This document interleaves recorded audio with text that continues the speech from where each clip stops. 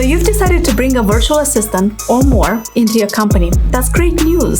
But now you're wondering where to start, and you're thinking whether you need to invest in a plethora of tools to get your VA going. Well, good news. No, you don't. In fact, I'm going to take the guesswork out, and I'm going to share with you a couple of tools that we use at HireTrainVA.com and some tools that we recommend to our clients so that you can have a smooth transition with working with a virtual assistant.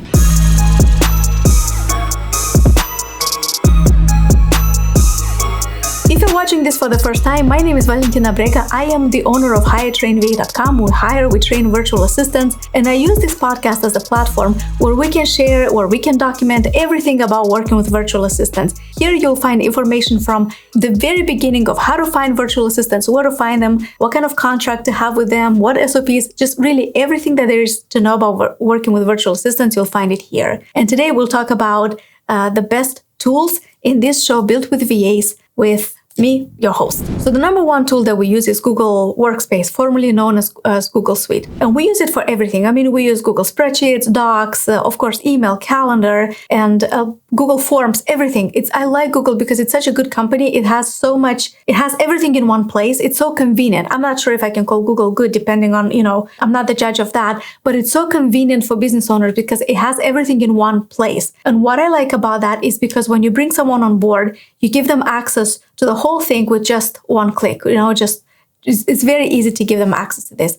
And if you need to let someone go from your company, you easily remove access without losing all that important information. So what we like about this is, Google Calendar, of course, we share calendars with each other. I can see the calendars of my virtual assistants. They can see my calendar. I can see the sales calendar, so I know exactly what we have in the pipeline. The fulfillment department can see my calendar, so they can book a call with me when I'm available. And my calendar, for example, I have specific dates or specific times when I'm available for different calls. And my team doesn't have to send me a message or doesn't have to send me an email or ask me when I'm available. They can just quickly take a look on my calendar and book a meeting with a client or just book me for anything that I need to be present at. So that's very convenient. We use Google Sheets for KPIs. If you watch the show, we use KPI Beast. This is a program that we developed in-house. It's so robust. It's amazing for KPIs. So this is what we use, but it was built on spreadsheets. But the formula, the intricacies is just so amazing what Google Sheets, what spreadsheets can actually give you. Well, Google Sheets is not exactly like spreadsheets, but in terms of KPIs and everything, it's still a very, very good opportunity. I will leave everything here below if you want to check the KPI Beast program that I mentioned. This is not the main topic of this episode, but I'll leave it here in case you're interested. And also, we have a different episode where we go in more granular about this. Okay, but that's what we use, Google Sheets. Google Forms, of course, we use it for referrals. We have an affiliate program, so we keep track of affiliates. We ask questions. All is done through Google Forms. So great tool. And I think one of the main benefits of that is that pretty much everyone is familiar with Google Workspace. So you as a business owner, you might know this. Your VAs, if they have experience, they most definitely know Google Workspace. I don't think I would hire someone who doesn't know Google Workspace. All right, so that's number one. The second one that we use is Slack. Slack is a messaging platform, and we use this for our company a lot. In fact, we actually switched to a different platform. I'll tell you why. But if you're just a beginner company, if you're small, Slack is phenomenal. I mean, I really like it. Here's why I like it. It's direct messaging with people, so it's very fast. You can also create different groups. You can have a shared group where everybody can see what you're describing, or you can have a closed group or a private group. So for example, I need to have a private group with the leadership of the team, which is the head of the fulfillment department, the head of the sales department, me, and so we just have our own group where we discuss different ideas, where it doesn't mean that other people, I don't want other people to be distracted by what we talk about in the leadership group, right? So I really like that because it's so convenient. The reason we switched from Slack, we're using something else, is because as we grew our company, Slack, the free version, was not a good option for us anymore. In the free version of Slack, you can keep the messages for 90 days, and we just needed to reference older messages. And as we were growing and you had to pay per person, it was just a little too much for us. So we look at other options. You can use something like WhatsApp. Everybody knows WhatsApp.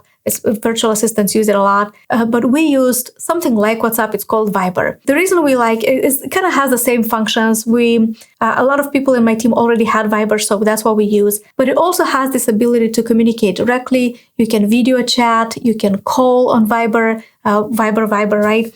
You can also have private groups, you can have shared groups. It's the same functionality, but you have access to the messages for more than 90 days. And one of the downsides is because, since it's a free platform, you have a ton of ads. So there's no such thing as something that works 100% up to your expectations, but it has ads. So when you share your screen, you always see that ad in the corner. It's not too bad. I wouldn't say it's too bad. So it works for our business, and that's what we're using at the moment. Number 3 is Zoom. Of course, we use Zoom every day. We have a lot of trainings for virtual assistants, which are done on Zoom. And I like Zoom because you can, especially when you have a bigger group of training virtual assistants, you can break them down into, have breakout rooms. And our virtual assistants love that so much, so that they can have a more intimate conversation, a more just a closer, have their questions asked better. So, and some people maybe don't feel comfortable talking in front of everyone else, but they would feel much more comfortable opening up in smaller groups. So I like Zoom for that. It's reliable, it's fast, it has good recording. We can record it on our computer. We don't use cloud recording, but I don't think they have cloud recording anymore. So it's just been very seamless, very good for us. Also, if you're a company owner and if you need a US phone number, Zoom also has US phone numbers. So you can get a phone number for your virtual assistant. It's not free, but it's a good option as well. So people know Zoom. It's a good platform. The next tool that we use, tool number 4, is Loom.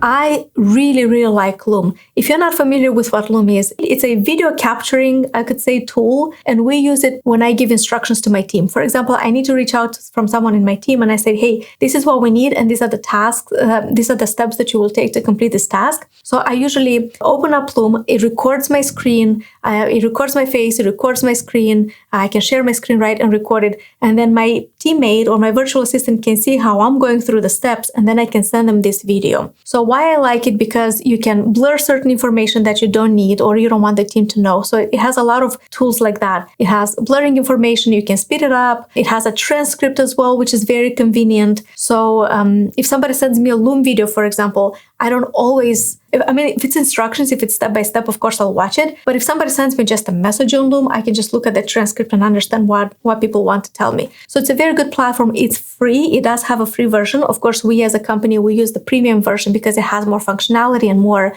space for recording. But if you're just starting out, you can use the free one. It's a Google Chrome extension. You can find it there. And it's every time you're ready to capture your screen or to share your screen, you just click on that widget, and it's very simple, very intuitive to follow. So highly recommended for SOPs. That's what we use Loom for. Every SOP, every step in SOP, there's a Loom video attached to it. So that's why we needed to have a bigger, a premium package for that. But SOPs, instructions, communicating to my team, new tasks, all of that is done via Loom.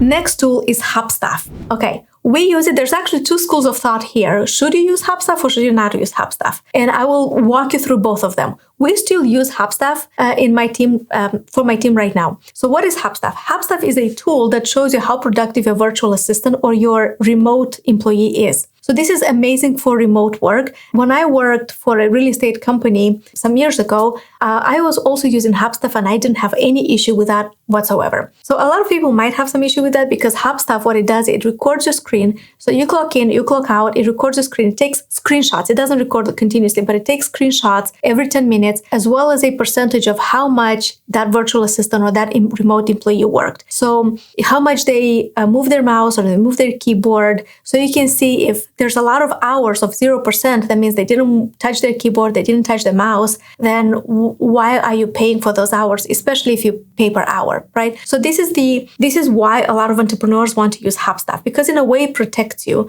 And my team knows that just because you submit a certain amount of hours, if I can't justify those hours, I'm not going to pay for the whole amount. So meaning if I look at HubStaff and I see hours and hours of 0% and idle time and no work done, I don't know if you work for me. I don't know what kind of work you've done, so I can't justify it. But it also protects the virtual assistant. So you can see how it protects the company owner, but it also protects the virtual assistant as well. Because I know companies who don't use HubStaff at all, and they say, I'm not sure my VA is doing the work. I think I'm going to let her go. And then the VA tells me, like, I don't understand what I was let go. I was constantly working there. I was literally eating lunch in front of my computer, doing the tasks. So it would be so good to have HubStuff in that case because we can show the screenshots like, hey, this is exactly what I did during that time. Just that it takes longer, but this is the steps that I was taking. This is how I was approaching the task. So you kind of have this is a protection mechanism for the virtual assistant as well. So we use it. I don't have any reason to doubt my team. I don't actually check HubStuff when people submit the hours to me anymore because I trust them. I did it initially at the beginning of our relationship, but now I just trust them. So if I see the output of work that it matches the hours they submitted, then I'm okay with that. But I would highly encourage you at the beginning of your working relationship to check it and make sure that everyone has working with integrity. Unfortunately, we did have some situations when we had to let people go because they were cheating. There's a lot of tools out there that, people can use to make it look like they're working and they're not always working. So that's one way to use HubStuff. There's another school of thought, like I said, where people don't have to use HubStuff. And I'm actually kind of leaning towards the second one with certain people in my team. I have some people on my team that I knew for a fact if I turned off HubStuff, it would not affect their productivity a single bit. So here's the second school of thought. I'm thinking, why do I need to hire people that I'm going to have to babysit? I don't want to babysit. I don't want to hire people. If I feel the need to check your screenshots, if I feel the need, if I have that intuition that you're not doing the work you're supposed to be doing, I don't want you on my team. You as a virtual assistant, you're supposed to make my life easier, not more complicated. I don't have time to go and micromanage. I'm not a babysitter. I don't need to hold hands. We're a team of professionals. So act as a professional, right? And I can see that kind of thought as well. It's just that what I mentioned earlier, for your protection, for the VA's protection, sometimes you don't know how long things take. And we still use HubStuff at the moment of filming this episode. But, I'm totally okay with not using this for a couple of people. So instead, if you decide not to use it, this is what I would do. I would just set the clear expectations with your virtual assistant and say, I'm not tracking your time. I don't need to babysit you. I don't need to micromanage you. But this is what I expect. I am paying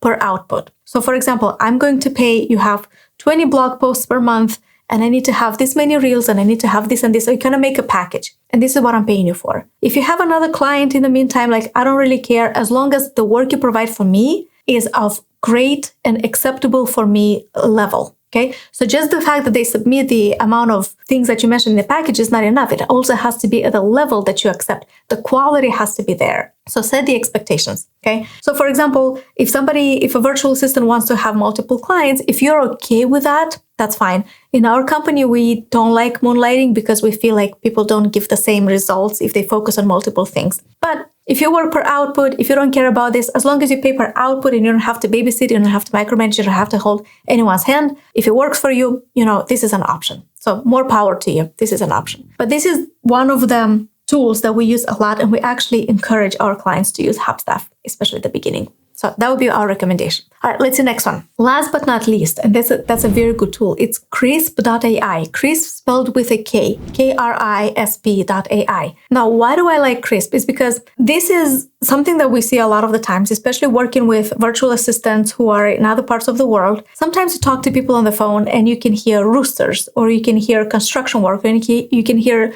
dogs barking. And it's not a very professional look. And especially if you hire someone who is going to represent your company on the phone, you don't want to hear roosters in the background. First of all, it's not professional. Second of all, it tells people immediately that this is a virtual assistant, or it's someone remote, or it's a telemarketer. It's just not a good feel. A lot of people it wouldn't help you build trust with your prospects. So we use Krisp.ai because what it does is it eliminates background noise, and it only leaves a crisp sounding your voice only. So you don't hear the roosters, you don't hear the barking noise, you don't hear the construction noise. I don't think you even hear TV.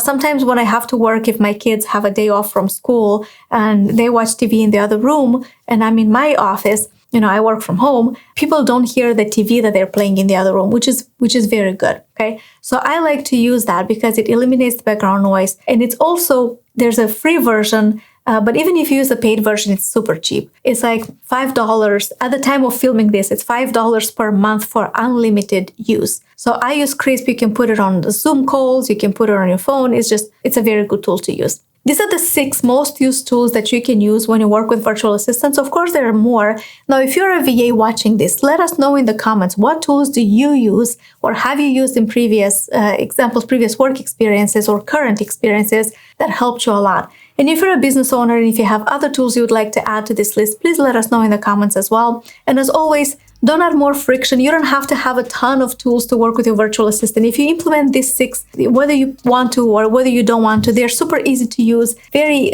user-friendly, and that's going to propel your relationship with a virtual assistant tenfold. I think so. That's what I use for our company. I like to share value, and I like to share what works for my company, what we recommend to other clients. So if you want to work with a VA on your own, definitely use this. If you want us to help you find a virtual assistant, make sure to get in touch with us. We'd love to see how we can help. As always, thanks for tuning in. I love bringing you more value. Let me know what else you'd like to hear from us. Always encourage feedback, always encourage comments and engagement from you guys. So thank you so much. Talk to you soon. Bye.